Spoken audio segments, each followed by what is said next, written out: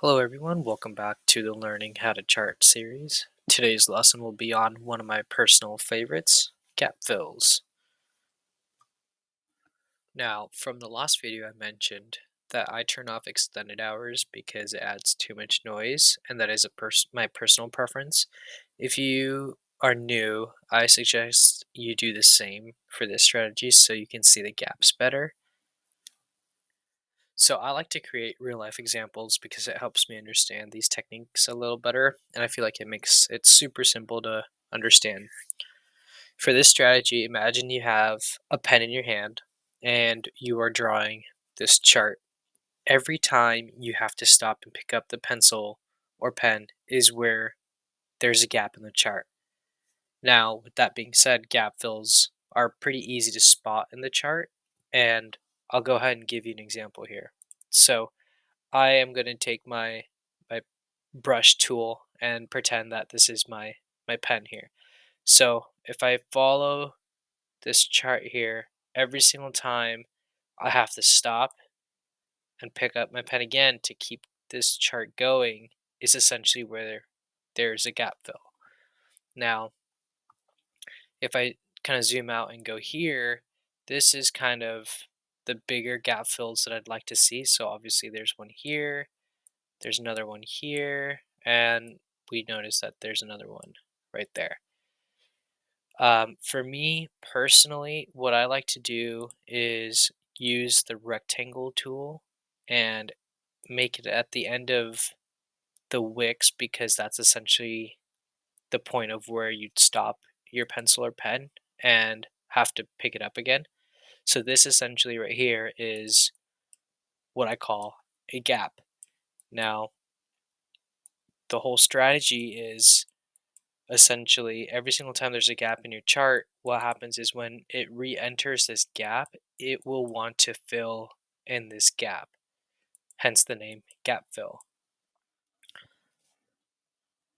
So let's go ahead and take a look at an example here. Now, if I grab my brush and start tracing over these candles, I notice, there's a gap right there, and then a gap right there. So as I continue, notice how it touches this, comes back up, touches that again, and then it finally enters the gap fill here. So this is the point where we start to notice that it's entering the gap, and then a few candles down the line, it hits the bottom and it completes the gap fill. Now, you can also notice that it bounced here and then again here. So every single time you place a gap rectangle, it acts as the support and resistance when it's inside or nearing that top or bottom line, depending on which side it's coming from. So notice how this is now, since it's coming from the top, this is acting as the support right here. This line right here. Go ahead and change the color so it's easier to see. So it bounced back up, came around, bounced back up, and then it finally fell into it broke the support, right? Support and resistance we talked about in the previous lesson. So it broke the support and it went all the way down here. Now, notice at the end of this rectangle or this gap is right where it bounced.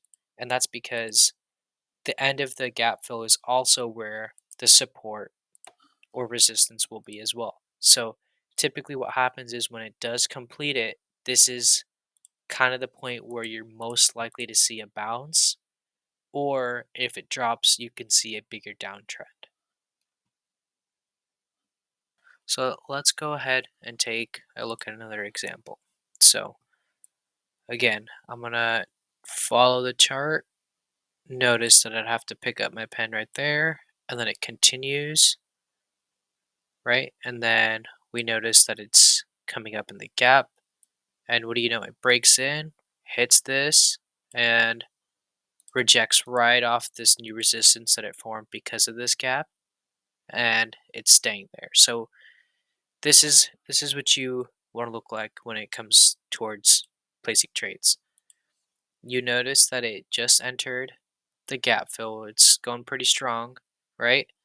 And because it's coming into this gap fill, this is where you start predicting that it's going to hit the top of this. Now, it may just kind of bounce back, so you definitely want to wait for confirmation. But notice how it literally came all the way up, hit this top bar, and is now just kind of basing around or rejecting a little bit. This is how you set your price target to be. So if I were to get in here, this should be the goal that I get. Obviously, you can take profits before, but that's how you know it completes.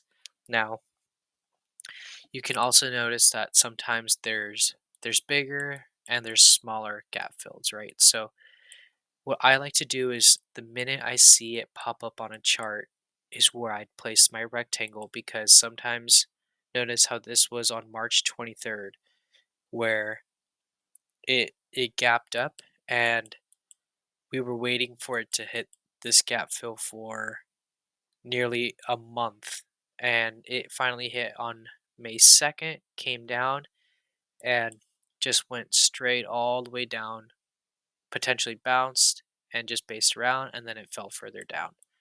Now, we noticed in the first example where it hit this and bounced back up. So you really want to confirm that it goes into this gap fill. And then would you look at that? It basically filled this gap right there. You can kind of see it going down, but this is kind of what I'm referring to as a gap fill. Now, you'll typically see the majority of these gap fills happen close to earnings, just because the stock typically pops or drops depending on how they perform in earnings, right? So something that's really important is when you're drawing these, you notice how big this would be, right? So this, I'll go ahead and delete this to kind of clean it up really quick. But it looks like I placed it at the end of this and just at the end of that wick. But you notice how it's opened up at 237 and it last closed at 210. That is a $27 move. Now it did enter the gap fill before, but it didn't go all the way. Now, if it's a $27 move, you typically don't expect it to go all the way down when it enters the gap fill, right? That is a pretty ridiculous amount. Now, the same goes for smaller gap fills here, where you see how it formed a small one right there. This is something that I typically don't want to chart, just because at this point it's really not worth it. See how it filled within one candle? That's just too quick. Same thing over here. So you really have to use your judgment on what's too big and what's too small. Obviously, these are pretty extreme cases here.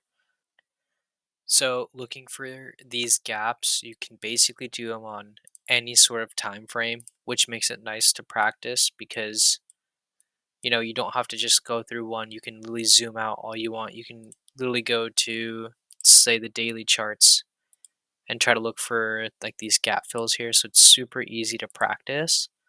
There are current gap fills because we just passed earnings that you can potentially look at. I know like Apple's got one, I believe, somewhere close by. If I just let's do the 15-minute really quick. So they just reported, right? So they have a gap fill here that I'm going to place before I forget about it. Let's go ahead and align that. And notice that this one is a $5 move. It just depends on how much the stock moves, obviously. But and it also doesn't matter how far back it is, because in order for the gap fill to be completed, it has to fill it, right? It's like a hole in a system that needs to be filled. So sooner or later, it will be filled. Now, if I look at this example right here where there's a small gap fill right here, it I would consider this to be basically filled. Oh, well, Let me go ahead and fix this. Looks like it wasn't on the wick. And see, look, that's basically filled. Um, so you can basically stretch it back as far as you want. Now, the reason again that I place these right away is because I don't want to forget about it. So this gap fill after this earnings, it could literally happen in a month down the line. It could be 2 months down the line.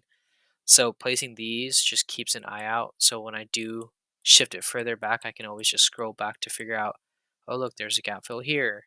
So when it does start to hit this level again, I know that it never filled this gap. Typically, when it does fill the gap, what I'll do is I'll go ahead and delete it because it's irrelevant now. And that tells me that, there's just because there's a gap in the previous charts, I know it's been filled, like right here. That way, I don't have to keep an eye out. And when I'm zooming back, I notice that this one's not filled yet. So if Apple were to ever come back down to this 159 level, this is what I'd be looking for. That's going to go ahead and conclude this video. Some lessons to remember from this video are listed here. These gaps are a bit easier to find, but if you are having a hard time, remember the pen example I gave in the video. If you follow me on Twitter, I oftentimes use gap fill zone approaching. That just means that it's about to either go into the gap fill or reject. And finally, when there is a gap in your chart, your rectangle will act as a resistance or support as well. And if you're a bit hazy on what resistance and supports are, go ahead and review my lesson number 1, where I talk about resistances and supports.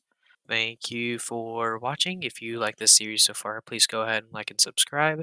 If you have any questions or suggestions, go ahead and drop them in the comments below. I will go ahead and see you guys in the next video.